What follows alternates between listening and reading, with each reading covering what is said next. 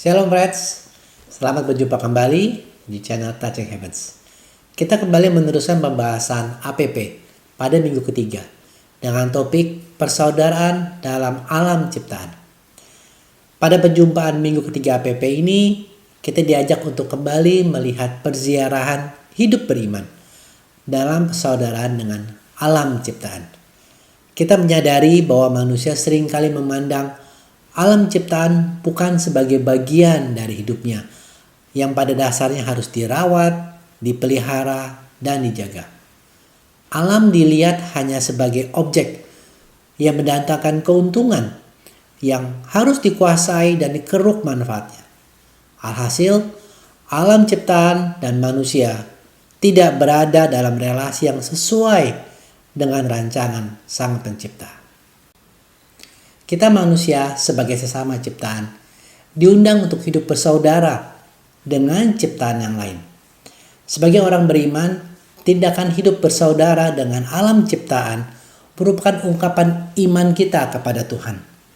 Persaudaraan dalam dan bersama alam ciptaan senantiasa diperjuangkan, sehingga kita semakin mengasihi, terlibat, dan menjadi berkat bagi keseluruhan alam ciptaan.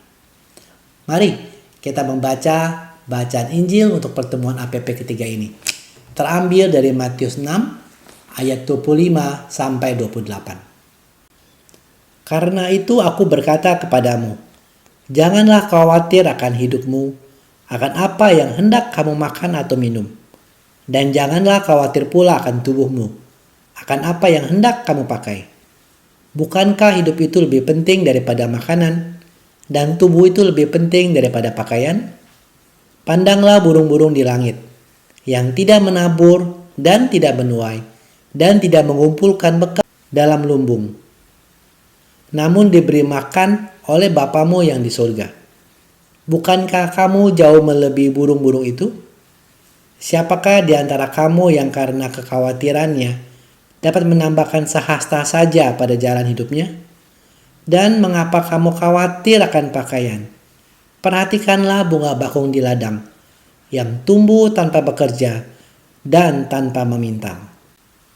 Semangat persaudaraan dengan seluruh alam ciptaan pernah digemakan oleh Santo Fransiskus.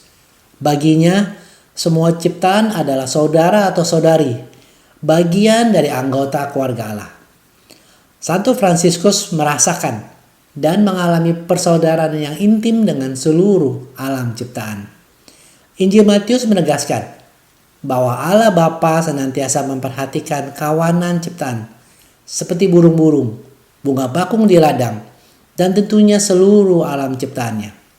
Sebagai satu komunitas ciptaan Tuhan, manusia dipanggil untuk melayani, memperhatikan, melindungi, merawat, dan memelihara alam ciptaan. Hal itu hanya mungkin terjadi apabila manusia tidak lagi khawatir dengan dirinya, tetapi tergerak dalam hatinya untuk mengasihi dan mencintai sesama alam ciptaannya. Tanda kasih dan cinta terwujud dalam tanggung jawab manusia dalam menjaga keseimbangan alam. Dalam kesempatan refleksi APP kali ini, kita diingatkan pada tugas perutusan kita untuk menjaga dan memelihara seluruh ciptaan ini. Manusia dikaruniai akal dan kehendak yang baik yang diterimanya dari Sang Pencipta. Manusia bukanlah tuan atau penguasa atas ciptaan, tetapi rekan sekerja Allah. Paus Fransiskus melalui enklisik Laudato Si menyadarkan akan pentingnya peranan dan tanggung jawab manusia dalam merawat elemen-elemen bumi sebagai saudara dan saudari, karena martabat mereka sebagai ciptaan Tuhan yang sungguh baik. Memperlakukan ciptaan sebagai saudara dan saudari berarti tidak hanya menggunakannya, tetapi juga memeliharanya. Oleh karena itu, menghidupkan cara pandang baru ini membutuhkan semangat dan motivasi dari dalam untuk semakin mencintai alam ciptaan dan semakin terlibat untuk merawatnya, sehingga kita semua bisa menjadi berkat bagi keseluruhan alam ciptaan.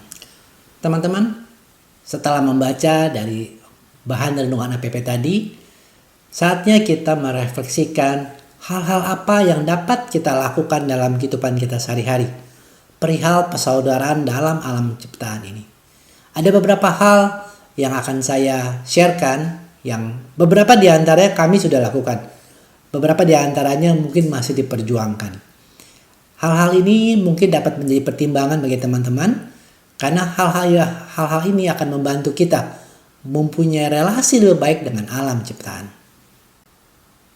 Hal yang pertama adalah bercocok tanam. Jika Anda mempunyai taman atau mempunyai tanah yang cukup luas untuk ditanam, mari kita giatkan kembali menanam. Saya teringat dengan papa saya yang mempunyai begitu banyak tanaman. Lahan di rumah kami tidak terlalu luas, tapi papa saya rajin membuat pot, menstek, menambah tanaman lebih banyak lagi. Terus istri saya juga sekarang sedang memulai untuk bertanam hidroponik. Teman-teman dapat lakukan hal ini. Kita perbanyak tanaman yang dapat mungkin kita konsumsi, atau juga membantu melihat jadi lebih enak, banyak hijau-hijau, dan juga membantu kualitas udara. Hal ini membuat kita bisa lebih bertanggung jawab, lebih bersahabat kepada alam ciptaan. Hal yang kedua, seperti program pemerintah, adalah mengurangi penggunaan kantong belanja plastik. Karena plastik ini, walaupun dapat didaur ulang, ada tipe-tipe yang akan hancur setelah beberapa tahun, tetap merupakan bukan hal yang alami. Kita bisa membantu bersaudara dengan alam ciptaan dengan membawa sendiri tas belanja kita. Atau jika belanja kita banyak, kita bisa meminta penggunaan kardus. Kardus itu lebih baik, lebih gampang terdekompos ketimbang plastik. Teman-teman, mari kita coba. Hal ini tidak sulit. Setelah menjadi kebiasaan, hal ini juga akan membantu kita. Karena plastik-plastik itu nanti kita akan bingung simpan di mana. Tapi saat kita menggunakan tas belanjaan, setelah selesai berbelanja kita bisa mencuci tas itu. Itu lebih aman dan lebih sehat juga. Kedua hal yang tadi kami sudah lakukan. Memang awal-awal agak kurang terbiasa, tapi saat kita mulai lakukan, itu bisa menjadi kebiasaan yang baik. Berikut ini beberapa hal yang kami sendiri belum melakukan, tapi boleh dikonsider jika teman-teman dapat melakukannya. Hal yang ketiga adalah menggunakan baterai yang rechargeable. Anak kami lagi sering menggunakan baterai untuk mainan-mainan dia. Baterai itu cukup cepat habis. Dalam waktu mungkin 2-3 hari, mainannya sudah membutuhkan baterai yang baru lagi. Ada ide yang baik untuk menggunakan baterai rechargeable. Saat baterai itu habis, kita bisa cas tanpa harus membuang baterainya.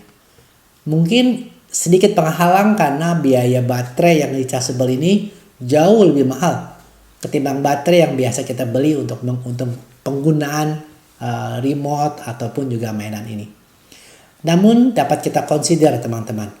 Jika memang kita banyak menggunakan konsumsi baterai, kita bisa menggunakan baterai yang rechargeable ini. Karena lebih bersahabat dengan alam ciptaan.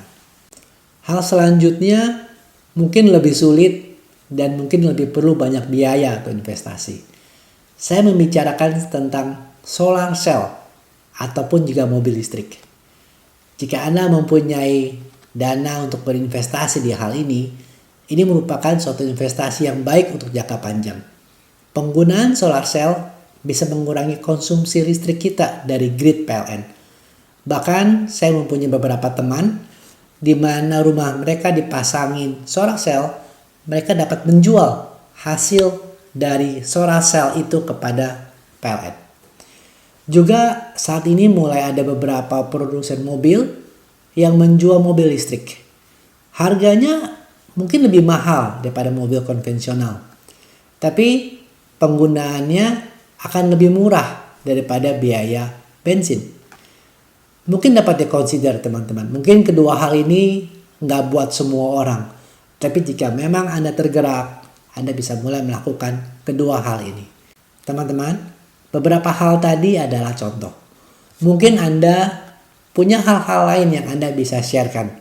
Jangan lupa untuk tulis di kolom komen apa saran-saran Anda atau hal-hal apa yang Anda sudah lakukan untuk kita lebih bersahabat dengan alam ciptaan. Mohon dukungan Anda untuk like, subscribe, dan share video ini agar semakin banyak orang yang tergerak dan mencintai firman Tuhan. Mari kita semakin mengasihi, semakin terlibat, dan semakin menjadi berkat. Kasih karunia Tuhan Yesus Kristus menyertai Anda sekalian.